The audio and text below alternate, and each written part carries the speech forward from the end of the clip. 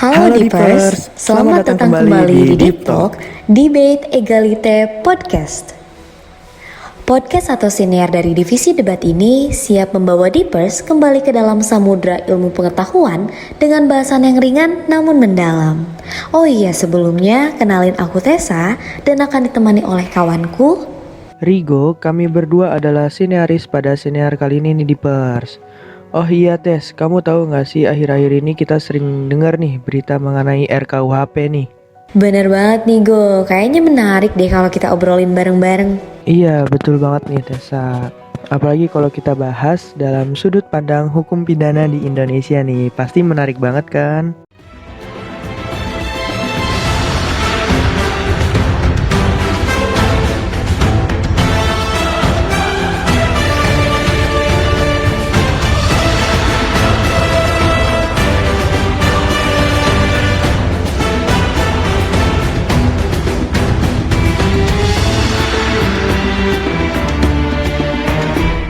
Halo Deepers, pada episode Deep Talk kali ini, mari kita menyelami samudra terdalam, yaitu samudra ilmu pengetahuan, dengan menyelam bersama salah satu dosen Fakultas Hukum Pidana di Fakultas Hukum Universitas Diponegoro. Rigo tahu gak sih beliau ini siapa? Tentunya tahu dong Tessa. Beliau adalah Dr. Umiroza SHM. Beliau merupakan akademisi hukum pidana di Universitas Diponegoro nih Deepers. Wah, keren banget. Beliau ini akademisi yang luar biasa ya, Go. Sudah melalang buana ke berbagai waktu, tempat, dan peristiwa untuk menyelam dan menyebarkan ilmu pengetahuan. Oh iya, Deepers, tanpa berlama-lama lagi, mari kita langsung belajar bersama dengan beliau yuk. Assalamualaikum Ibu Umi. Waalaikumsalam Rigo. Ya Ibu, sebelumnya perkenalkan Ibu, saya Rigo bersama kawan saya Tessa sebagai siniaris di episode ini Ibu. Ibu Umi, gimana kabarnya Ibu? Alhamdulillah sehat. Kalian sehat juga ya? Alhamdulillah, Ibu. Sehat. Oke.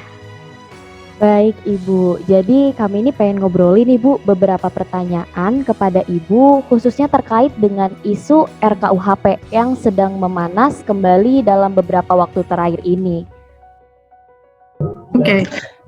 Jadi Bu, saya bersama kawan-kawan di Pers ini penasaran nih Bu, sebenarnya seberapa urgent sih pembaruan hukum pidana di Indonesia melalui rancangan Kitab Undang-Undang Hukum Pidana sekarang ini Bu?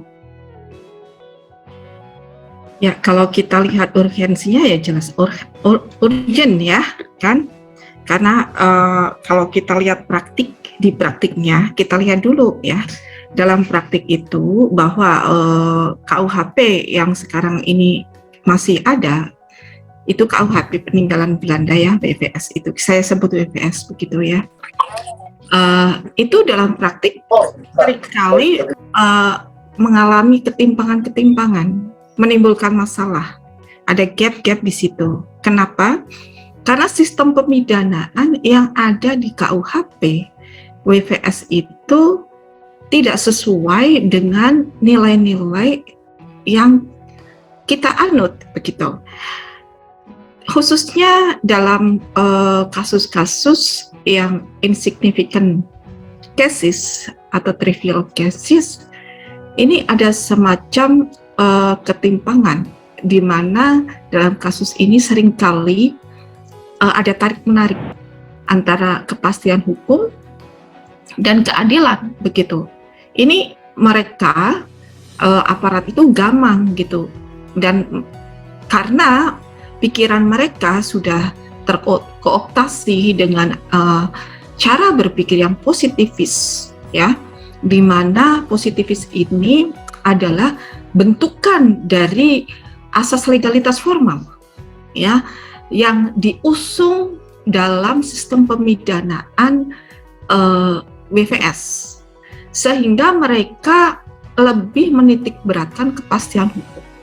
Nah, di sini muncul kontroversi dalam penerapannya, dalam penerapan KUHP WVS khususnya dalam delik-delik yang di situ terdapat tarik-menarik yang kuat antara atau namanya Spannung Verhältnis ya, antara nilai keadilan dan nilai kepastian.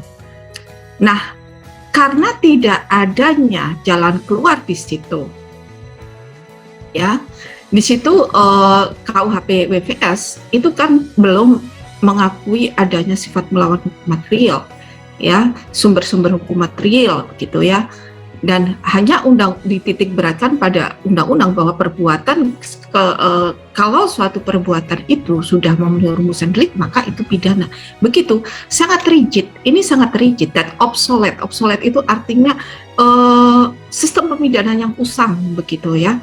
Sehingga di sini urgen banget ya kita untuk menghadirkan KUHP baru ya yang wajahnya itu sesuai dengan nilai-nilai hukum dan rasa keadilan yang dianut oleh masyarakat kita. Makanya saya katakan ada urgensi untuk memperbaharui KUHP yang sekarang muncul dengan rancangan rancangan KUHP yang kita sebut RKUHP itu. Oke. Wah, ternyata seperti itu ya Dipers, jawaban dari Ibu Umi, sebuah jawaban yang komprehensif buat kalian nih Dipers. Nah, kemudian Ibu, yang menjadi pertanyaan kami adalah ketika melihat khususnya pasal 2 mengenai diakuinya hukum yang hidup di masyarakat, menurut Ibu Umi, bagaimanakah konsepsi mengenai bekerjanya hukum di masyarakat apabila RKUHP ini kemudian disahkan Ibu? Apakah kemudian akan mirip penyelenggaraannya dengan sistem common law di Amerika dengan negara-negara bagiannya? Melihat juga sangat beragam loh Bu, living law di Indonesia saat ini. Ya oke. Kalau kita bicara pelaksanaan berarti kita bicara hukum acaranya ya. Kan begitu. Otomatis nanti hukum acaranya harus menyesuaikan dengan substansi ya, hukum substansial atau hukum materialnya begitu. Nanti bagaimana cara beracaranya nanti itu akan diatur di dalam hukum acara yang harus ada pembaharuan juga untuk menghandle pasal-pasal yang ada di KUHP begitu. Tapi pasal 2 ya, pasal 2 ayat 1 ya yang mengakui living law atau sumber hukum yang hidup atau di sini adalah dalam spesifikasi adalah hukum adat atau customary law. Ini sangat rasional begitu ya. Karena dalam sejarahnya begini, bahwa sebelum Belanda datang itu ada kita sudah punya living law ya, yang living law yang bentuknya adalah customary law yang ada di dalam adat mereka masing-masing. Kemudian setelah Belanda datang membawa apa yang namanya asas legalitas formal ya, sehingga itu seperti dininabobokan, seperti ditidurkan begitu ya. Namun begitu ya, pada masa Belanda pun itu living law dianggap berlaku, masih diakui eksistensinya dengan memberi payung hukum untuk berlakunya berupa pasal 130, ini nanti ada koreksi ya, IS Junto EB ya, itu saat masa penjajahan Belanda. Kenapa? Karena di sini asasnya ada legalitas formal, jadi di sini diberi payung hukum untuk bisa berlaku.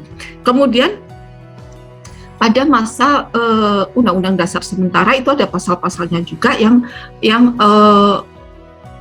sebagai dasar untuk memberlakukan customary law atau hukum adat itu.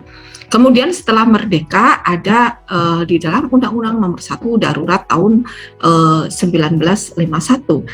Pasal 5 ayat 3 sub B ya, di situ ada syarat-syarat bagaimana cara memberlakukan hukum pidana adat atau customary law. Jadi bukan sekonyong-konyongnya RKUHP itu mengangkat itu begitu. Nah, di sini karena ada ada yang namanya misi itu misi adaptif ya, atau kan ada beberapa misi ya. Nah, itu misi yang mengangkat atau menyatukan aturan-aturan hukum baik yang ada di dalam maupun di luar KUHP menjadi satu rekodifikasi di dalam KUHP. Jadi kalau kita ini wajarlah gitu loh. Bukan sesuatu yang berlebihan. Dan satu lagi Anda harus ingat bahwa memang bahwa RKUHP itu merupakan bagian dari Siskumnas, ya, sistem pemidanaan di dalam buku 1 RKUHP itu kan sistem pemidanaan, ya. Nah, itu bagian dari sistem yang lebih besar, yaitu sistem Siskumnas. Di sini RKUHP itu juga merupakan bagian dari konstitusi, ya, sehingga harus diselaraskan dengan konstitusi. Di mana konstitusi kita Undang-Undang Dasar 45 itu di dalam amandemen yang kedua itu ada pengakuan terhadap hak tradisional, ya, budaya dan hak tradisional masyarakat. Sehingga di situ juga harus diselaraskan. Karena itu adalah hal penting untuk mengangkat, ya, dengan pasal 2 ayat 1 untuk memberlakukan hukum pidana adat di sini dalam pengertian dalam fungsinya yang positif maupun yang negatif. Nah, ada yang mempermasalahkan tadi seperti yang Tessa bilang kan adatnya macam-macam, Bu, gitu ya. Mungkin Tessa juga terbawa sama pemikiran waktu itu di TV, ada yang mengatakan bahwa bagaimana kalau ada satu adat yang mengatakan bahwa itu bukan delik, kan begitu, ya. Apakah di sini mereka itu dipaksakan untuk berlakunya RKUHP itu? Nah, kalau suatu masyarakat adat menyatakan itu bukan delik dan itu sah-sah saja secara adat, berarti KUHP tidak bisa diberlakukan seperti itu karena tidak ada sifat melawan hukum materialnya di situ, begitu, ya. Jadi dengan diakuinya hukum yang hidup yang spesifikasinya adalah hukum adat, di situ juga sebagai manifestasi dari wujud dari diakuinya sumber hukum yang hidup sekaligus sifat melawan hukum material. Ketika di suatu daerah adat tertentu itu menyatakan bahwa perbuatan itu, taruhlah misalnya seperti cohabitation atau kumpul kebo yang dicontohkan banyak orang di NTT itu adalah bukan delik, gitu ya, dan itu nggak bisa dipidana, begitu. Itu bisa menjadikan alasan untuk tidak memidana di daerah itu yang diperbuat oleh masyarakat itu, begitu. Jadi itu karena apa? Karena tidak ada sifat melawan hukum materialnya di situ. Jadi kita nggak usah khawatir lah, ya, dengan diangkatnya hukum yang hidup atau hukum adat itu sebagai bagian dari sistem pemidanaan, ya. Karena ya wajar-wajar saja dan tidak berlebihan, begitu, ya. Daripada kita juga memang sudah ada aturannya, ya, untuk memberlakukan hukum adat dari sejak penjajahan sampai setelah penjajahan dengan Undang-Undang Nomor 1 DRT Darurat 51 itu. Jadi bukan hal berlebihan dan itu merupakan urgen, ya, karena KUHP itu juga merupakan suatu sistem pemidanaan yang sifatnya adalah holistik, menyeluruh, protektif, ya. Jadi kalau saya itu menyebut, ya, saya itu merenung, begitu, ya, saat kenapa, ya, ketika RKUHP itu muncul di media mau disahkan, kemudian ada demo, ada yang kritik macam-macam, begitu, ya. Mereka itu seolah-olah tidak melihat buku 1. Yang mereka melihat adalah buku 2-nya. Padahal buku 1 itu adalah suatu sistem pemidanaan yang saya sebut adalah ramah. Saya menyebutnya ramah. Ramah itu singkatan dari responsif, akomodatif, kemudian M-nya mix safe atau protektif terhadap semua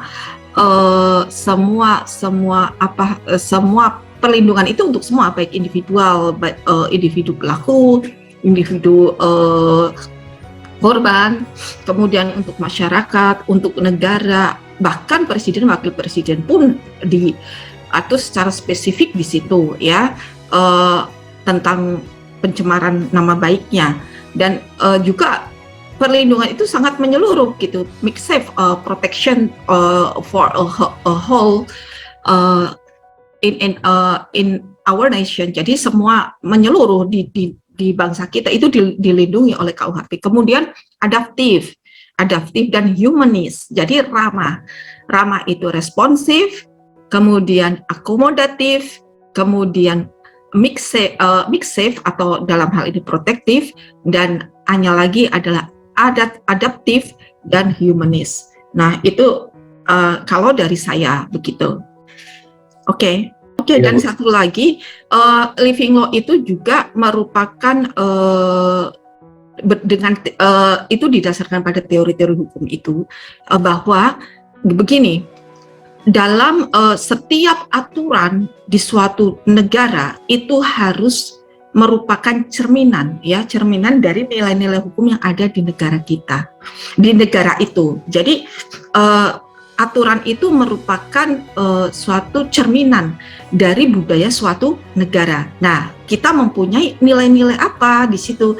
Nilai-nilai budaya kita yang saat ini masih kental diikuti di customary law atau hukum-hukum adat itu. Jadi tidak ada salahnya baik secara teori hukum maupun secara praktis ya, karena memang kebutuhan dari masyarakat adat itu untuk diakomodasi begitu. Ya, oke. Baik Ibu, terima kasih banyak Ibu. Jadi kita harus mengakomodasi adanya living law dalam sistem hukum pidana di Indonesia. Nah tadi sempat Ibu singgung sedikit mengenai adanya pasal kumpul kebo Ibu dalam RKUHP, dan pertanyaan saya selanjutnya adalah selain pasal yang mengenai kumpul kebo ini kan ada beberapa pasal Ibu yang di dalam RKUHP itu dinilai represif dan membahayakan isu demokrasi, seperti pasal yang terkait dengan penyerangan harkat dan martabat bagi presiden dan wakil presiden. Terus ada pasal yang contempt of court dan pasal mengenai penghinaan terhadap lembaga negara. Nah, apakah emang pasal dalam RKUHP ini tuh terdapat potensi untuk memberengus demokrasi, atau justru sebagai upaya ini Bu untuk mensinergikan nilai-nilai hukum di Indonesia pada saat ini Ibu? Kalau saya pendapat saya ya, bahwa RKUHP itu kan bukan sesuatu yang spontan ya, dibuat itu berdasarkan penelitian dan seperti misi yang adaptif itu disesuaikan dengan perkembangan ilmu pengetahuan hukum pidana, perkembangan dan nilai-nilai ya, dan dalam nilai-nilai yang diakui oleh masyarakat yang beradab secara internasional, perkembangan teori-teori hukum ya, dan tentunya itu kalau menurut pendapat saya tidak represif, karena begini, pasal penghinaan presiden ya itu ayat 1 memang itu seolah-olah memang spesifikasi ya, presiden dan wakil presiden diatur secara tersendiri. Mereka mengatakan bahwa yang mengkritisi itu merupakan warisan dari Belanda yang itu adalah raja gitu ya.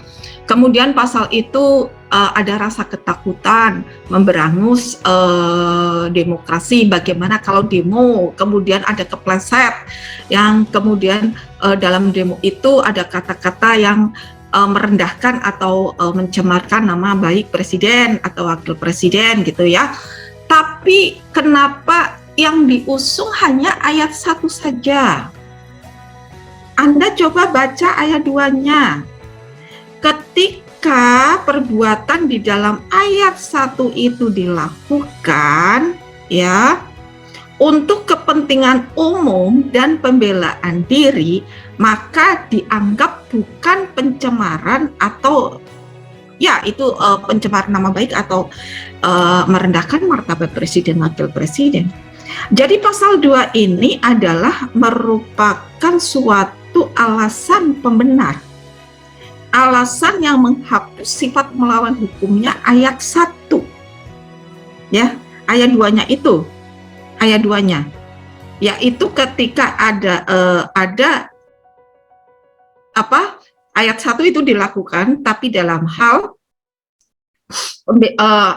untuk kepentingan umum atau untuk pembelaan diri, maka sifat melawan hukum yang ada di ayat 1 itu tadi ayat 2 ya, maka sifat melawan hukum yang ada di ayat 1 itu hilang, hapus.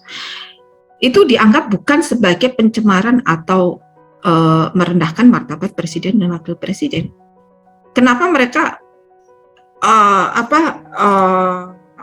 memblow up hanya pasal ayat 1-nya saja? Kenapa tidak di ayat 2? Kalau dengan kita bicara secara holistik, kita baca pasal itu harusnya jangan sepotong-sepotong gitulah. Kita jangan berdasarkan kepentingan kita kemudian hanya di blow up yang ini aja gitu. Padahal di ayat 2-nya sudah ada seperti itu. Jadi kenapa takut gitu loh? Tidak ada yang perlu dikhawatirkan menurut saya. Begitu.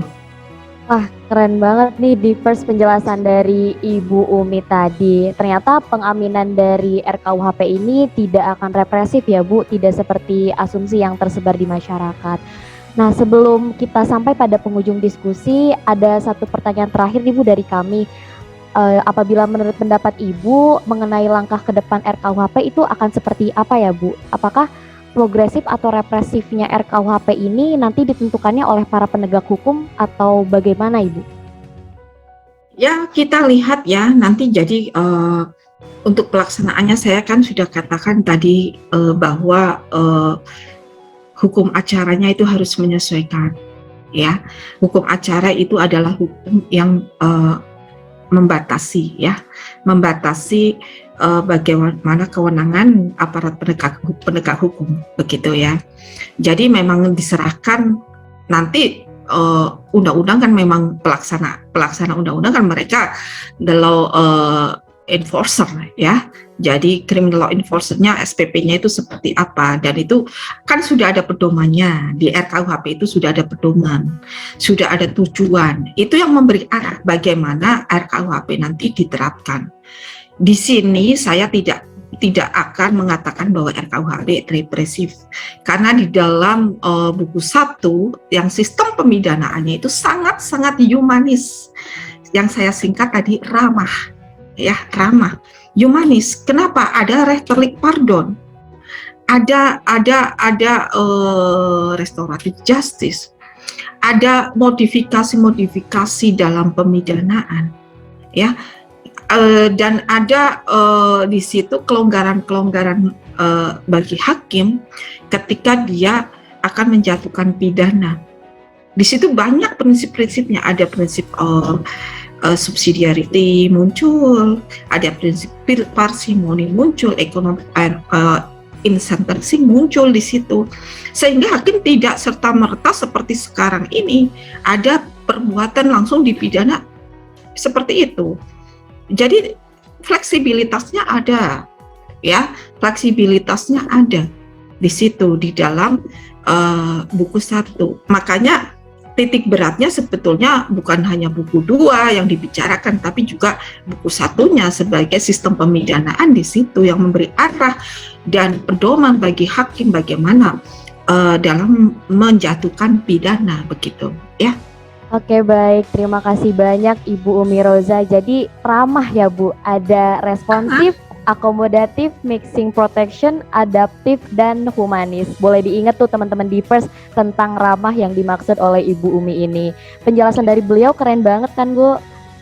Iya, benar banget Tessa. Tapi sebelum mengakhiri siniar ini, bagaimana Bu kesan dan pesan dari Ibu Umi nih, khususnya untuk kami mahasiswa yang menjadi agent of critical thinking dan kelak yang akan menjadi penegak hukum serta berhubungan erat dengan RKUHP nih Bu, apabila nantinya ini disahkan nih Bu.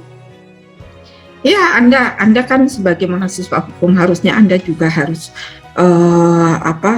belajar ya lebih baik khususnya tentang RKUHP di dalam buku satu. Jangan ikut-ikutan mahasiswa yang kemarin waktu ada demo ya, saya sempat sedih.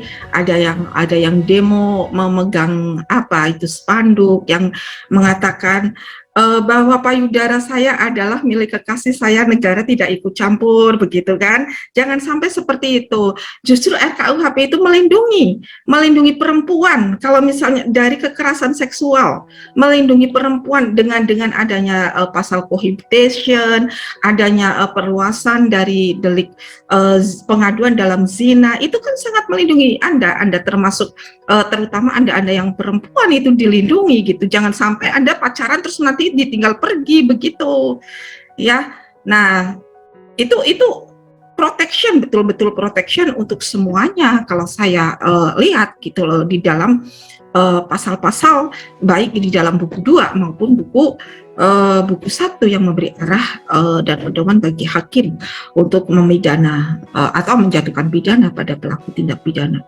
Dan Anda harus ingat bahwa di sini RKUHP itu bukan seperti KUHP yang WVS itu yang hanya berorientasi pada dadar dan dadar, walaupun tidak sepenuhnya pada dadarnya, tapi RKUHP itu sekaligus pada korban. Orientasinya ada pelaku, kemudian bukan pelaku, perbuatan pelaku dan korban.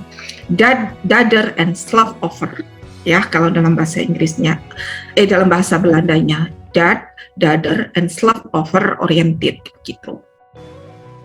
Iya, betul banget tuh Dipers. Jadi kita selaku perempuan seharusnya bersyukur ya Bu, karena eksistensi dari RKUHP ini akan melindungi kita di masa depan nantinya. Wah, terima kasih banyak Ibu atas pencerahannya untuk kami dan Dipers di rumah. Terima kasih banyak Ibu. Ya, makasih sama-sama. Baik, berakhir sudah Deep Talk kali ini. Terima kasih kepada teman-teman yang sudah mendengarkan, belajar, dan mengenal mengenai rancangan Kitab Undang-Undang Hukum Pidana, langkah progresif atau represif. Baik, bersama dosen kesayangan kita, Ibu Umi Rozahia Dipers. Mari menyelam bersama di samudra ilmu pengetahuan, lalu kita terbit dan bersinar seperti matahari di pelupuk fajar milik Tuan dan Puan. Demi alma mater, demi Nusa dan Bangsa, KRD FH Undip. Salam intelektual muda. Terima kasih banyak Ibu. Sip ya.